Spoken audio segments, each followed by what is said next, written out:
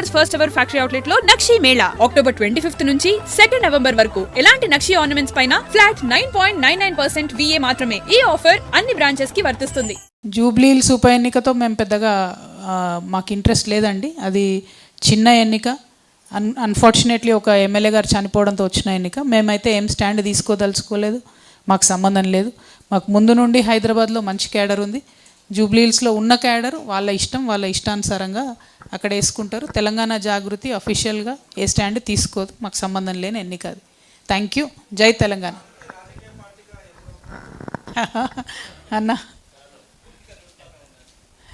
అన్న ప్రస్తుతానికి public route map ఉందన్న. ఆ రూట్ మ్యాప్ అంతా కూడా మీకు ఇచ్చిన 33 జిల్లాలలో పబ్లిక్కి సేవ చేయడమే పెద్దది కదన్న. పొలిటికల్ పార్టీ వేటుడు ఎంతసేపు, పార్టీ ఇంపార్టెంట్ కాదు, ఇష్యూస్ ఇంపార్టెంట్.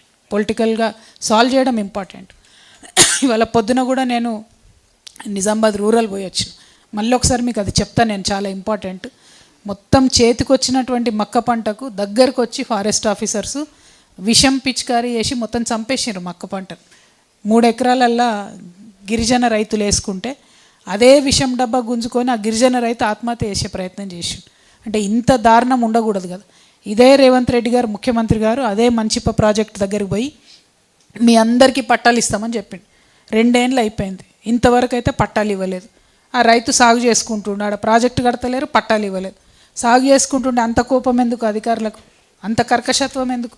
పాపం ఆయన 3 ఎకరాలు ఎంత పెట్టుబడి పెట్టి ఉంటాడు, ఎంత కష్టపడి ఉంటాడు. చేతికొచ్చిన పంటను అంత దారుణంగా చేయడం కరెక్ట్ కాదు. నేను కలెక్టర్ గారికి, నిజామాబాద్ కలెక్టర్ గారికి పత్రికాముఖంగా విజ్ఞప్తి చేస్తున్నా, కొంత ఫారెస్ట్ ఆఫీసర్స్ని సంయమనం పాటించమని చెప్పండి. ఎందుకంటే మీ ప్రభుత్వం స్టాండ్ ఏందన్నది మీకు క్లారిటీ లేకపోతే క్లారిటీ తెచ్చుకోండి. ఒకవేళ మంచిప్ప ప్రాజెక్టు కట్టదలుచుకోకపోతే అక్కడ ఉండేటటువంటి రైతులకు పట్టా ఇవ్వండి, వ్యవసాయం చేసుకునే అవకాశం ఇవ్వండి. అంతేగాని వ్యవసాయం చేసుకుంటున్న వాళ్ళను బలవంతంగా ఫారెస్ట్ ఆఫీసర్లను పంపించి అట్లా పంట నాశనం చేయడం అన్నది కానీ మాత్రం మానవత్వం కాదు. ఇది కాంగ్రెస్ పార్టీకి, మీ ప్రభుత్వానికి తగదని కలెక్టర్ గారిని నేను డిమాండ్ చేస్తాను. ఇప్పుడు కేసీఆర్ గారికి నాకు ఒకటి మంచి అలవాటు ఉంది, ఏదున్నా ముఖం మీదనే చెప్తాం, స్ట్రేట్ ఫార్వర్డ్ ఉంటాం. ఒకవేళ అట్లా వేసేది ఉంటే కూడా అట్లా చెప్తారు, నువ్వే బయటకు పోయి పార్టీ పెట్టుకొని. అట్లా కావాలంటే ఒక సర్వే వేసుకుంటే తెలిసిపోద్ది కదా ఎవరికి ప్రజాదరణ ఉందో. దానికి ఇంత వేసుడు ఎందుకు? ఇది ఈ జరిగినటువంటి సంఘటనలన్నీ కూడా చాలా అన్ఫార్చునేట్ జరిగినాయి. పోరాటాల పార్టీకి ఇట్లాంటి పరిస్థితి రాకూడదు, వచ్చింది. కాబట్టి ఏం చేయాలి ఏంది అనేటటువంటిది ఫ్యూచర్లో ప్రజలే నిర్ణయిస్తారు. కాకపోతే నన్ను పార్టీలకి వెళ్ళి బహిష్కరించింది కేసీఆర్ గారే, సస్పెండ్ చేసింది. ఆ రోజు లెటర్లో అయితే అది వారి ఆదేశాల మీదగానే ఉన్నది, సంతకం వేరే వాళ్ళది ఉన్నది, కానీ నిర్ణయం సార్దనే చెప్తా ఉన్నారు. సార్కున్న మంచి అలవాటు ఏంటంటే, ఒకవేళ ఇట్లాంటి పెద్ద స్కీమ్ మీరు చెప్పినట్టు నన్ను బయటకు పంపించి ఇంకో పార్టీ పెట్టించి నన్ను సీఎం చేసి ఇట్లాంటివి ఉంటే అది కూడా పత్రికాముఖంగా చెప్తారు. కాబట్టి అంత సీన్ లేదు, స్ట్రేట్ ఫైట్ ఇది, స్ట్రేట్ ఫైట్.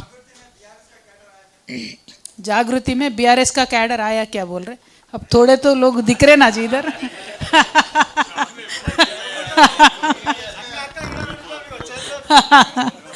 థ్యాంక్ యూ అన్న. ఏం సంగతి చెప్పండి. ఆగండి అన్న చెప్పండి.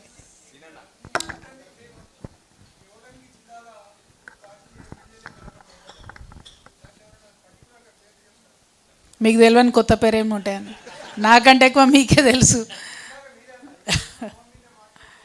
100% ఎమ్మెల్యేల కారణమని చెప్పిన నేను. అంటే ఇన్ని రోజులు చెప్పలే, ఇప్పుడు చెప్పిన. ఒకరు ఇద్దరని పేర్లు తీసుకునే అవసరం లేదు, ఎందుకంటే ప్రజలందరికీ తెలుసు ఎక్కడేం జరిగిందన్నది. అంటే ఊకే సమస్యను చెప్పుకుంటే ఏదో మనము బాగా ఎక్కువ ప్రాధాన్యత ఇచ్చినట్టు అవుతుంది వాళ్ళకు. ఆ వ్యక్తులకు అంత ప్రాధాన్యత ఇవ్వదలుచుకోలే నేను. అది జరిగిపోయింది, 5-6 ఏళ్ళు అయిపోయింది. నేను నా అంతటి నేను ఎప్పుడు చెప్పలే, అంటిల్ ఈ పరిస్థితి వచ్చేంతవరకు ఇప్పుడు ఫస్ట్ టైం చెప్తున్నట్టున్నా. సో నేనేమంటున్నా అంటే, ఒక పార్టీలో జరగకూడని ఇట్లాంటి సంఘటనలు జరిగినప్పుడు కూడా రివ్యూ లేకపోవడం, ఆత్మపరిశీలన చేసుకపోవడంతోనే ఇబ్బంది అయింది. నేను బలంగా నమ్ముతున్నా, నేను ఎంపీగా ఓడిపోయినప్పుడు ఆత్మపరిశీలన చేసుకొని ఉంటే బీఆర్ఎస్ పార్టీ మొన్న ఎన్నికల్లో ఓడిపోయేది కాదు. ఎవరి పనితీరు ఏంటిది, ఏ ఎమ్మెల్యే ఏం చేస్తున్నాడు, ఏ ఎమ్మెల్యే అవినీతి ఏంటిది, ఎవరిని ఎట్లా ఇబ్బంది పెడుతున్నారు అనేటటువంటి విషయాలు పరిశీలన చేసుకొని ఉంటే మొన్న బీఆర్ఎస్ పార్టీకి ఎదురు లేకుండా ఉండేది. అది జరగలేదనేదే నా బాధ. రిపీటెడ్గా చెప్పిన నేను, అది జరగాలే. తర్వాత ఇందాక మా మురళన్న ఆవేశంగా మాట్లాడాను, ఓడిపోయిన తర్వాత రివ్యూ పెడితే చాలామంది అదే చెప్పిండ్రు, మీరు మాటి మాటికి పెట్టాలి రివ్యూలు, ఇప్పుడు పెట్టడం కాదు అని చెప్పి. అన్న ఏం సార్?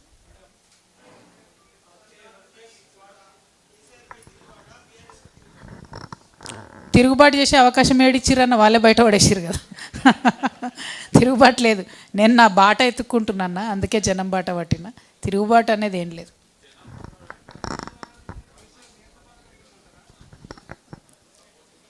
నాకా అన్న, వాళ్ళకే దిక్కు లేదు కాంగ్రెస్కి, నాకేం సపోర్ట్ చేస్తారన్న. జనం ఇప్పుడు కాంగ్రెస్ పార్టీ ఎమ్మెల్యేలు పోతే కొట్టేటట్టున్నారు. ఆ యూరియాల లైన్లు, పోయినటువంటి పంటలు, పెట్టనటువంటి కాంటాలు, అది చాలా దారుణంగా ఉంది కాంగ్రెస్ పార్టీ పరిస్థితి. గ్రౌండ్లో చాలా ప్రజాదరణ కోల్పోయింది. అనుకోకుండా అధికారంలోకి వచ్చిర్రు, దాన్ని నిలుపుకోలేకపోయారు. ఆ మునిగిపోయే పడవతో కాంగ్రెస్తో నాకేం పని ఉంటుందన్న. వాళ్ళతో మాకు అవసరమే లేదు. నా వెనక ఇంతమంది ఉన్నారు, నాకు వాళ్ళతో పనే లేదు. Thank you. బోలి అన్న,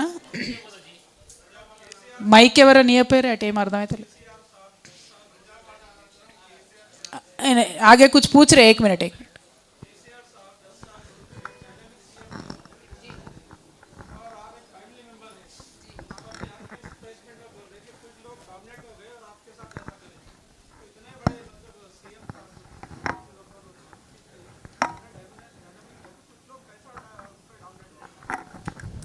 अन्ना, आप खुद बोल रहे कि वो अच्छे डायनेमिक सीएम थे, मैं खुद बोल रही हूँ कि वो बहुत अच्छे सीएम थे, बहुत अच्छा काम करे.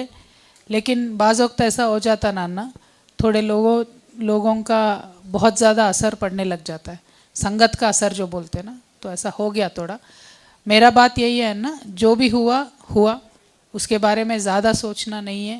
केसीआर साहब को मुझे कुछ बोलना नहीं है, बीआरएस पार्टी को क्रिटिसाइज़ नहीं करना है. लेकिन जब इश्यू आएगा तो ज़रूर बोलेंगे. जैसा कल मैंने बोला था कि जो लोग जान गंवाए तेलंगाना के लिए, उन सारे परिवारों को हम हेल्प नहीं कर पाए. तो ऐसे इश्यू बेस्ड बराबर बोलूँगी, बेवजह नहीं बोलूँगी. Thank you. लोकल बॉडीज़ में लोकल बॉडी जब आता तब देखेंगे ना, अभी तो नहीं लग रहा नियर फ्यूचर में. Thank you.